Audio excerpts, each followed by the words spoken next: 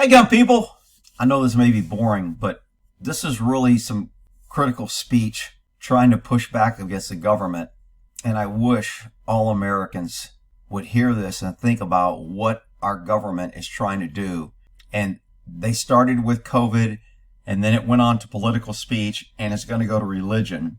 And the only thing that I disagree with that hasn't been brought up to the court is if government can restrict speech about COVID and misinformation, it is a very short step for them to say we need to restrict religious speech because it's false information. We need to protect people from false information, and we think this religious speak is promoting misinformation. This is really important. Here we go. Censoring of COVID narratives is also in focus after a federal judge restricted the Biden administration from talking to social media companies about content found on their platforms. But the White House is now asking a federal appeals court to block that order. A federal judge had to tell the White House, you cannot talk to big tech. That's huge. And that's a very good ruling. And he shouldn't have had to do it. Somebody should be held responsible, but they're not. Case some legal experts expect to make its way all the way to the Supreme Court. Let's bring in Missouri Attorney General Andrew Bailey. He co-filed the original lawsuit against the Biden administration, clearly because you, sir, saw this as an infringement on First Amendment rights. So what do you think happens here? Well, these are the worst First Amendment violations in this nation's history, and they can be leveled right at President Biden across the White House and across the spectrum of federal bureaucratic agencies. And we're not going to let the White House or any other federal entity destroy free speech in America. That's what this lawsuit's all about. We've uncovered a vast censorship enterprise, a relationship of coercion and collusion between federal officials and big tech social media to silence American voices. It was illegal. They only silenced conservative voices. And everything they suppressed that we've uncovered in our lawsuit thus far also happened to be true. And so that's why this court order of July 4th was so important to preserve the legacy of freedom enshrined in the First Amendment. Okay, so the Biden administration is arguing that this injunction hurts national security to the point that they're saying the plaintiff's proposed injunction would significantly hinder. Of course it hurts national security. It's for the children. It's for public safety. Same rules government will always use to circumvent and get around the constitutional protected rights of we the people. Don't fall for it.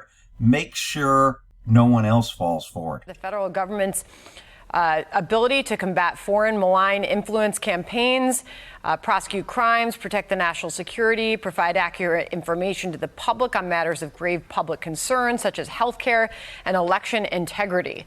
Do you share in any of the White House that totally stole an election and didn't give a shit about election integrity is now telling the courts we had to do it in order to preserve election integrity? The irony. Concerns about the ability for law enforcement officials to do their jobs.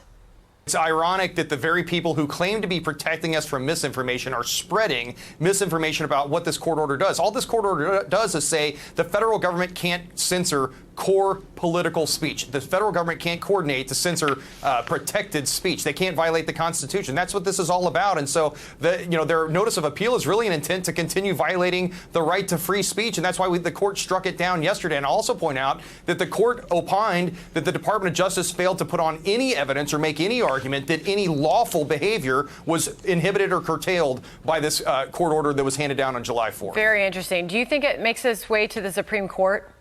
Absolutely ends up in the Supreme Court. This is the most important First Amendment case in a generation. In a recent opinion, Justice Gorsuch handed down in Arizona v. Mayorkas, he opined that it was likely that the federal government had coordinated with big tech to suppress Americans' voices during the pandemic. And so certainly the court sees this one coming, and we'll continue to fight the fight to protect the constitutional rights of Americans to free speech from infringement by. Okay, so this guy, I heard him talking on the radio, and I recorded it. So it's a little long, but I'm telling you, he makes some absolutely fantastic arguments about how the court should interpret this and the dangers in what was done. So here we go. For the second time in less than a month, the U.S. Supreme Court hears arguments about content moderation on social media. This time, drilling down on efforts by the Biden administration to combat what it deems disinformation, pushing platforms to remove posts about COVID-related topics, including vaccines, masks, and how the pandemic started, also about election integrity. Missouri, Louisiana, and several social media users sued, claiming free speech rights were violated. And lower courts sided with the states, ruling that a constitutional violation was likely.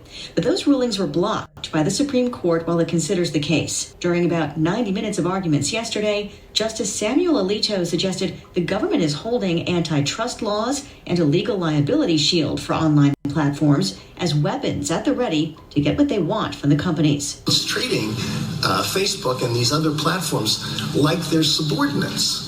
Would you do that to the New York Times or the Wall Street Journal? Or would they do it to a church or a religion? The Associated Press or any other big newspaper or wire service. Government lawyers argue there was no coercion. Brian Fletcher is the principal deputy solicitor. You notice the government is not only did it, they're arguing that they didn't do it, and everyone knows they did. There's a problem if the government is engaged in coercion, but if it stays on the persuasion side of the line and all we're talking about is government speech, then there's no state action. And some justices, including Ketanji Brown Jackson, sound reluctant to limit government contact with big tech, as long as it doesn't cross a constitutional line. They just don't mind if it's limited a little bit, because government never does more than it's supposed to. Just a little bit, as long as it doesn't cross the line. That's called blurring the line. There is no line. Government gets no leeway. The government actually has a duty to take steps to protect the citizens of this country. Last month, the High Court heard a separate fight over laws in Florida and Texas aiming to stop what critics call censoring of conservative views on social media. In this second case, accusing the federal government of crossing a line, the Justice Department has warned against making judges the superintendent of the executive branch's communications. That's a really great statement. And that's what the government wants, is we'll make judges and lawyers who are usually left-wing liberal loons, we'll make them the protectors and our communications director on what's good and bad, what's correct and wrong, and what you're allowed to say and not allowed to say. But as long as they don't violate the Constitution, it won't matter. With and about social media platforms, arguing that would be an unprecedented intrusion into another branch's power. The Biden administration also says platforms routinely declined to moderate content flagged by the government, and that there's no evidence any sanction was ever imposed. So the government's argument is, even though we tried to coerce some of them didn't do it. Guess what happens when those people face crimes or get government money or get censored more or get talked about as being bad or dangerous, like TikTok, which is probably one of the ones that did not bow down to government, and look what's happening to them. That's a subliminal message to the rest of you free speech lovers that think you can get away from our coercion. That happened. But a federal appeals court ruling that's on hold would bar a variety of officials, including from the FBI, White House, and CDC, from having contact with social media platforms. I don't like that they're talking about limiting certain people in government. It should be all government, period. Bottom line, we put on evidence at the district court level that established flagrant violations of our First Amendment right to free speech through government coercion. Missouri Attorney General Andrew Bailey. So I like this guy. He makes some very great arguments here. Government coercion of big tech social media companies targeting a viewpoint or elimination from public discourse. Now, when you say coercion, the U.S. Solicitor General says tech platforms were not coerced into censorship, that they took suggestions from the government based on facts. Suggestions. Notice how the government words everything. That's like saying cops suggest you pull over. If you don't, we'll flip your car and kill you. Cops suggest you don't resist. If you do, we'll tase you, shoot you, and kill you. Yeah, that's a great suggestion by government. From your perspective, is there any chance that is actually what happened? No. We can clearly establish coercion. And it would be news to Facebook that they weren't coerced because their internal emails demonstrate that they understood themselves to be forced to change their censorship algorithms to satisfy federal officials' demands. But this is why emails get deleted, and government now will probably make emails become classified, sensitive to national security. Therefore, we don't know what they're saying in their emails when they're suppressing speech and mandating people comply. Even Facebook, government's best buddy, said they were coerced and they better follow their rules or they would be in trouble. I would also point out that there's other ways to demonstrate that the federal government actually targeted the censorship.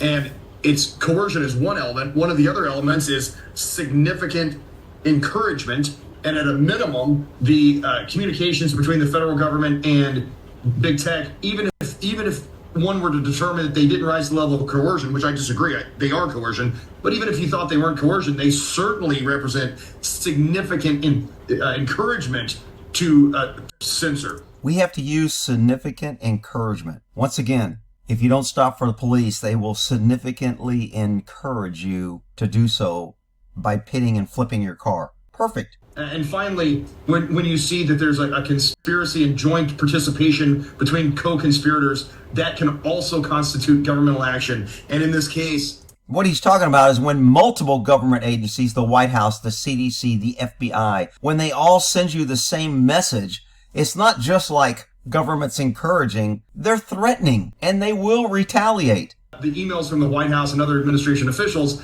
repeatedly tell big tech that they're on the same team and they want the same thing and they're working together. So essentially, it was as if big tech had outsourced its content moderation to federal officials in the Biden administration.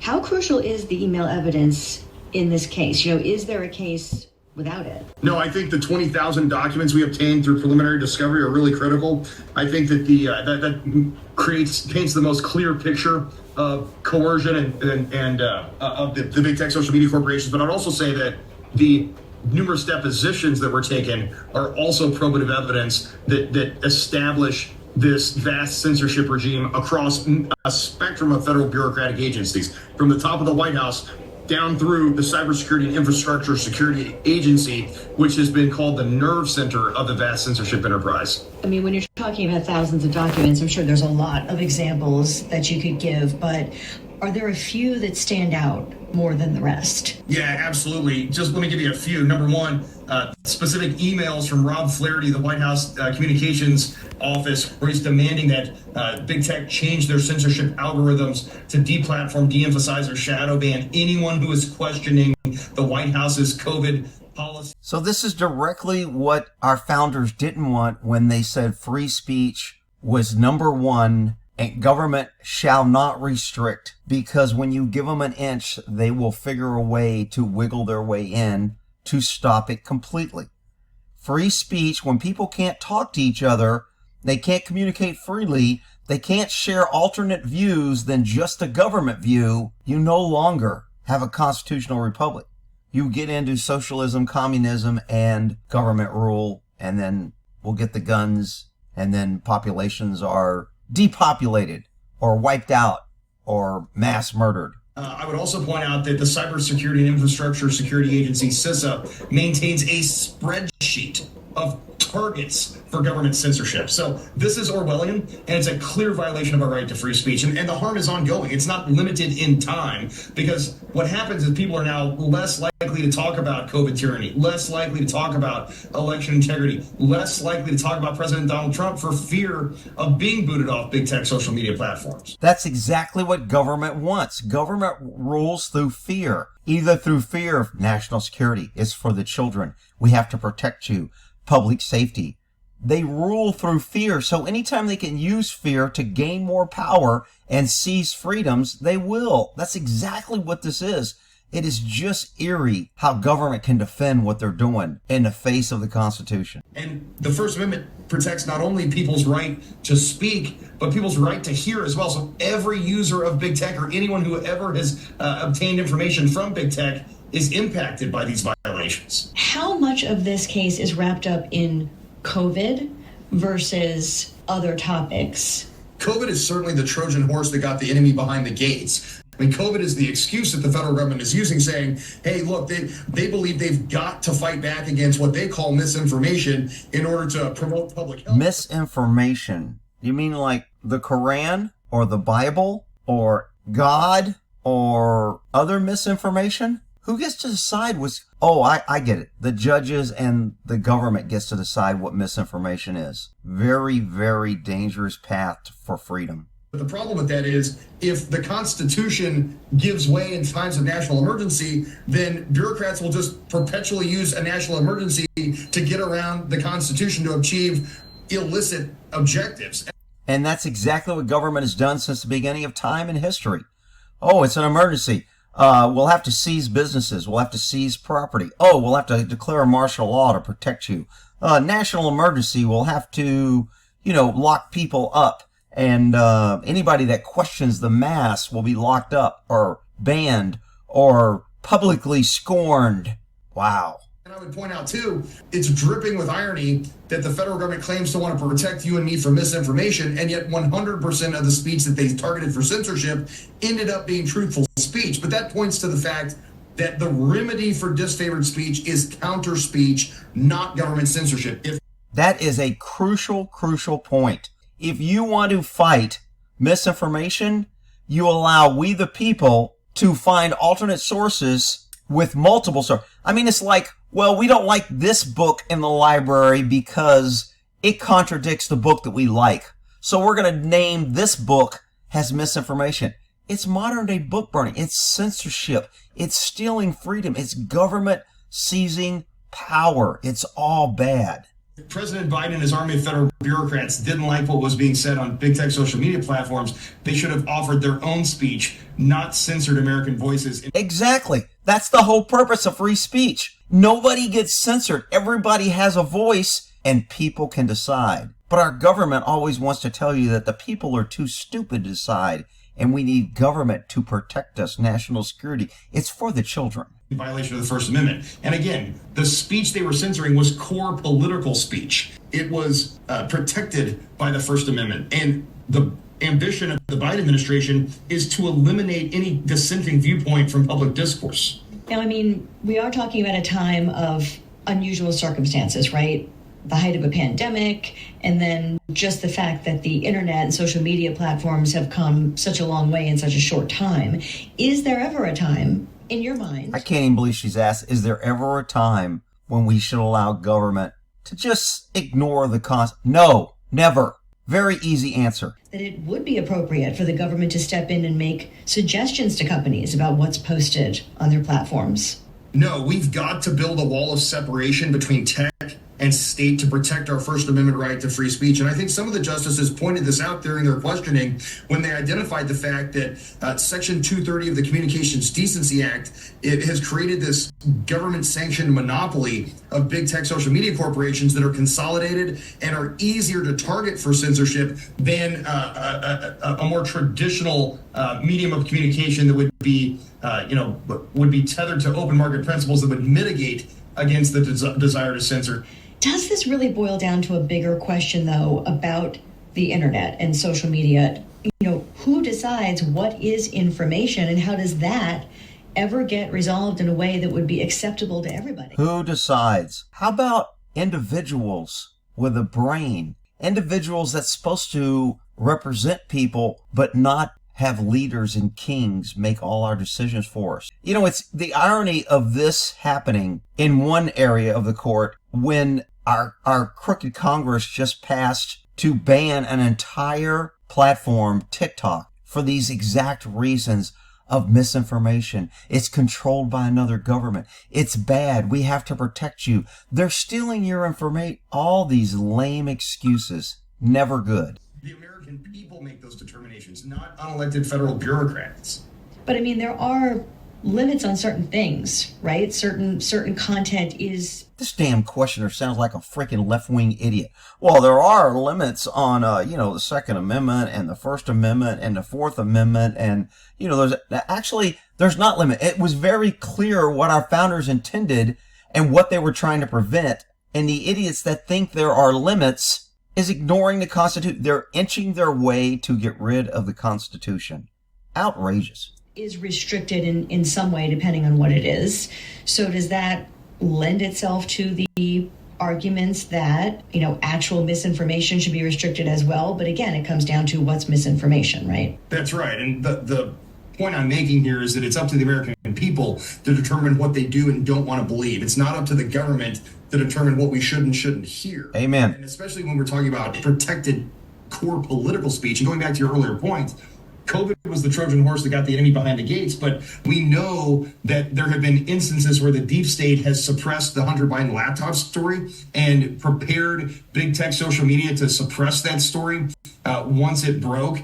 There were meetings between the Department of Justice and big tech social media platforms in the weeks and months leading up to the 2020 election, where again they planted and germinated the seed that there would be a Russian disinformation story related to Hunter Biden, despite the fact that the FBI knew that the laptop was authentic.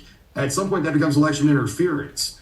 And so again, the topics that are subject to censorship go well beyond COVID tyranny. How concerned are you about the implications of this case going forward in general, but also specifically for the presidential election, given the existing concerns about election interference? I think the right to free speech is fundamental to who we are as Americans, and it's vital to the health of our democratic republic. And it is a strategic objective that we must secure lest we lose our national identity and the soul of our nation. I mean, this is why we need to elect people like this guy who's suing that understands the dangers of government and government power. We have to elect people who are in line with our founders that government is inherently dangerous.